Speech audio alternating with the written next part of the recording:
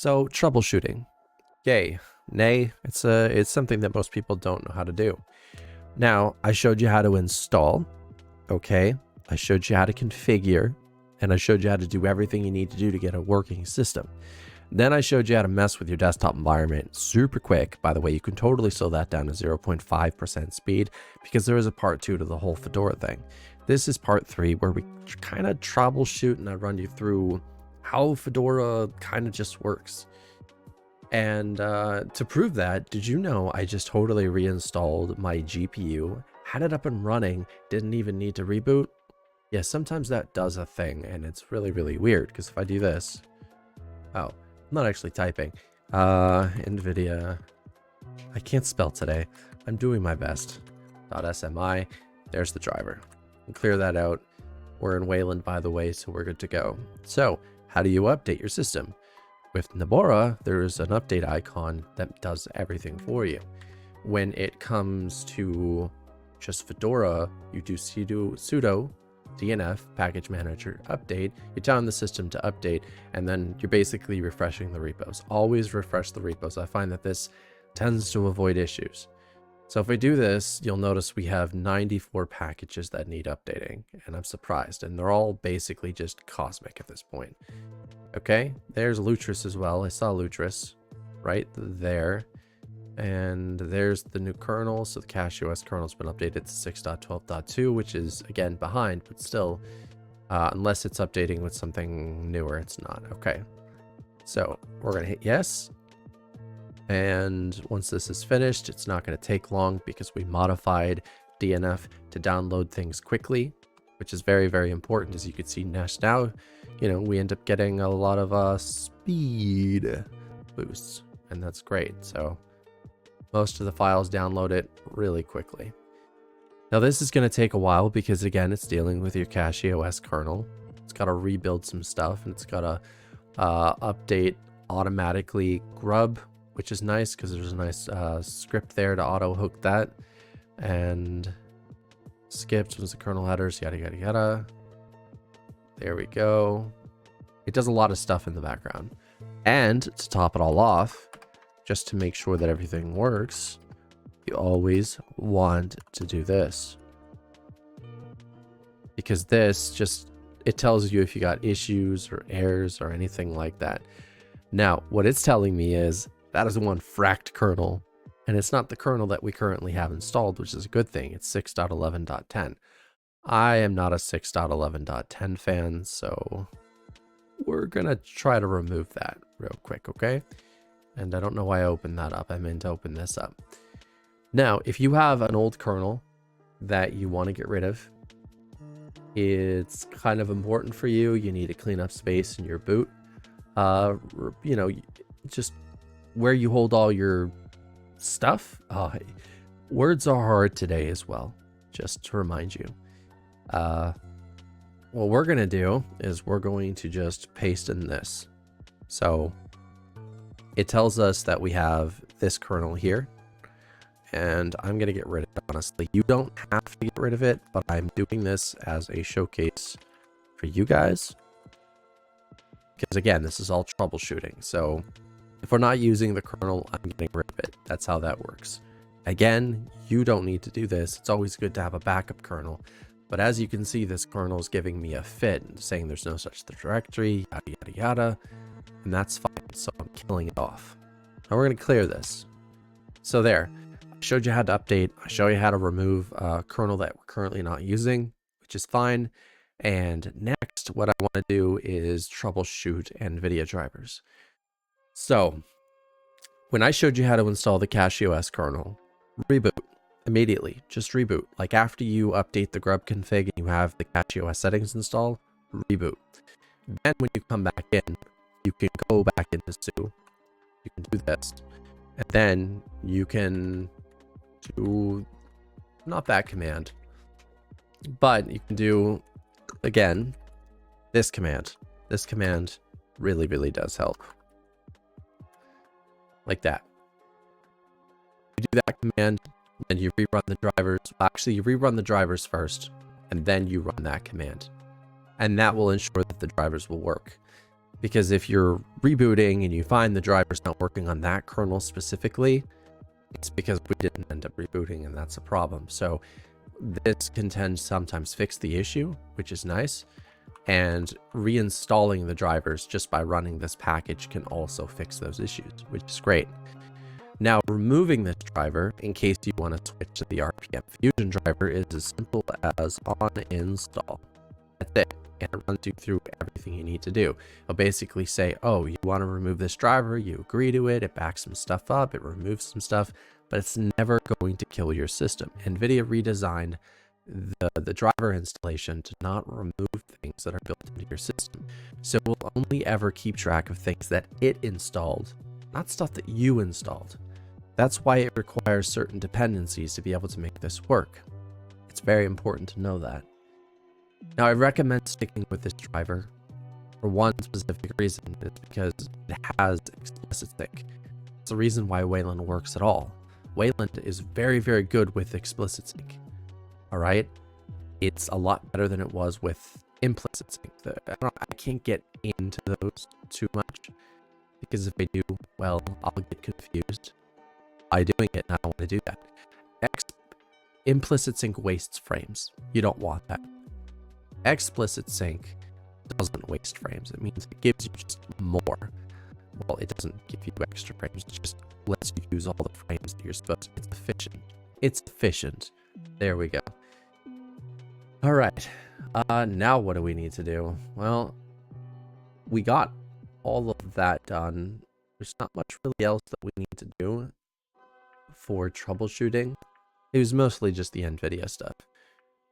We need to make you aware of something that's been happening quite recently that I found out, is that Fedora is not updating its stuff.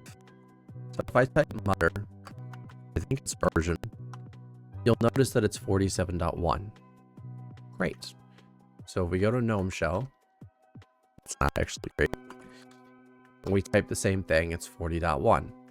The current version of Gnome and mutter are 47.3 on Arch, and anywhere else that really houses what you need, it will be updated to that. That is a problem. Other things that are not updated in Fedora, it's wine tricks.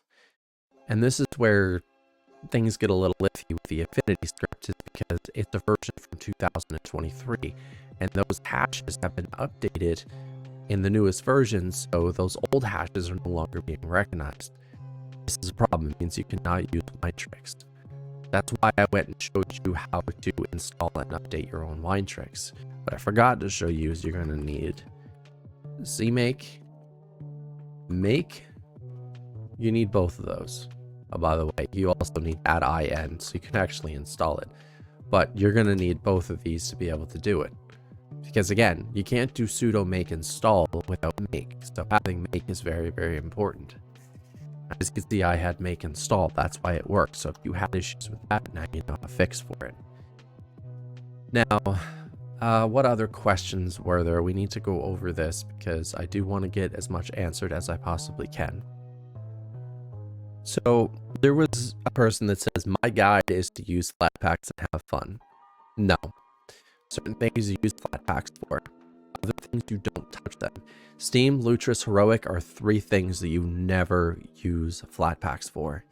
You'll run into a bunch of permission issues. Games won't work here or there. It may work for some, but it's not going to work for everybody. If it has an RPM, if it's in a repo, use the native version. Never touch the Flatpak. It's the reason why I used a Flatpak for Extension Manager, wherever that is. It's right there. Is because this thing, whether it's native or not, will work. There's no issues with it. So again, when it comes to anything gaming related, if anybody ever tells you to use a Flatpak, look them dead in the eye and tell them, no, I want native. If it's possible, you go and grab it, you use the native packaging. You're better off that way. Heroic does auto update. Lutris will update, as you saw with the system update, and Steam, it updates itself. Honestly, Lutris should start updating itself too, and just like Heroic, it's a lot easier that way, you know? Having built-in updaters is great. Now, The reason why I chose the closed source drivers is according to performance issues and problems that I've had with the open drivers. I have a whole video about the performance of the open drivers. It's unfortunate, but it still stands.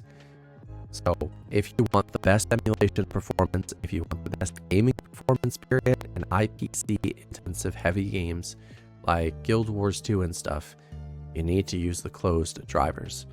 It's disappointing. It is what it is. I'm hoping they fix it soon. Now, anything else? By the way, there was this one guy who's like, doing all this to get an extra 2 FPS is crazy. Doing all this to get an extra 10 to 15 to 30 FPS depending on the game, it's not crazy. That just makes sense. He clearly doesn't understand what the kernel or the settings are designed for. Do you need the CachyOS settings for AMD GPUs? Most likely not, but it's good to have it there just in case it does something for you. Because again, it's used on CachyOS itself for AMD GPU users, so maybe it does something that we're just not aware of. Another thing is they asked any advantages of doing this over installing CachyOS. If you like Fedora, if you want to keep Fedora, the advantages are you get to keep using Fedora, but you get to have some of the advantages of using CachyOS, such as the kernel and the settings and everything else here. And that makes a big difference because some people just want to use Fedora. Other people want to use Arch. Other people want to use Debian. If you're a Debian user, you want gaming, Pikaos 4 is your only choice. If you're a Fedora user, you have Ultramarine, you have Nabora, and you have this guide on way to make Fedora 41 into a gaming distro that you don't really have to maintenance. So there's that. Another comment that I got was, did you just rebuild Nabora in 20 minutes?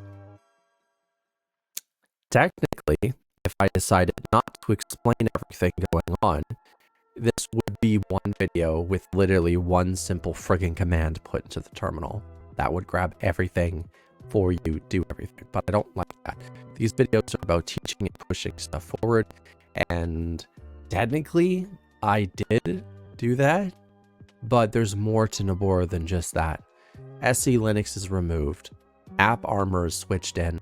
There's a lot of other differences between Fedora 41 and Nabora that separate them. Packages on Nabora do work in Fedora 41, specific ones. The kernel does not, because again, App Armor is used and SES Linux is not. So those are the biggest differences. So some packages won't work, other packages will.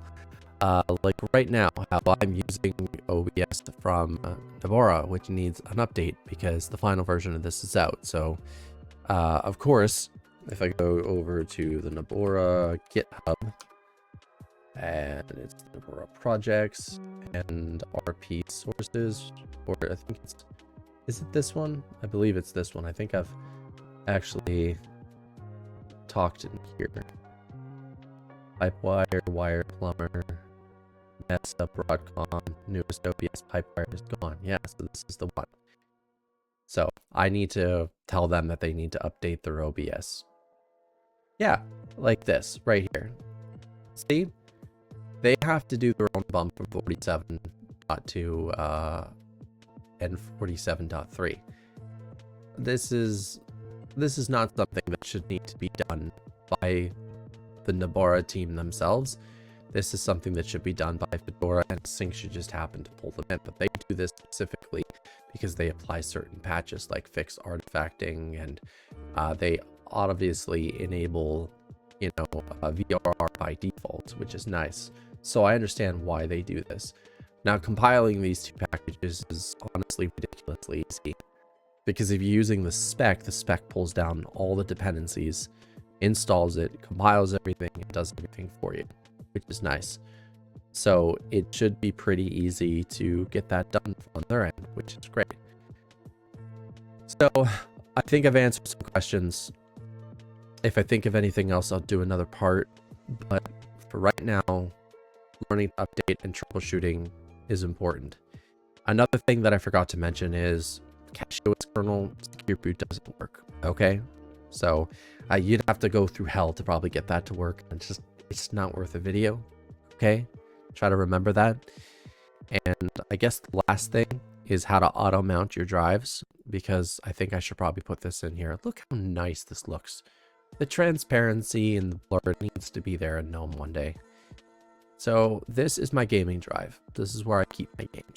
And as you can see, it's currently mounted at /mount/gaming. And how I did this is we're going to use my 4 terabyte here. I went to edit mount options. I uncollected that one right there. Then I did this. Okay. When I hit OK, I enter my password. When I mount it, it's now going to go, there we go, to mount/backup. And that's where it'll auto be mounted every time. So I can set every single one of my drives to auto mount if I need to. It's pretty easy. It's simple. You only have to do it once unless you wipe out your system, but at least you know how to do it. Now, don't forget to subscribe, like this video, share this video. If you have any questions, non-support related, ask them in the comments. If you need support, if it's Fedora related, head to Fedora. If it's CachyOS related, head to the CachyOS Discord. If it's something that neither of them can fix and you think we can pull it off, head to our Discord. If you want to join our community anyway, feel free to do so. If you want to become a member on this channel, don't forget to hit the join button under this video. It really helps me, it pushes me forward. And honestly, I do this as a hobby, so it definitely does help in the long run. Bye, everybody. Thanks for watching.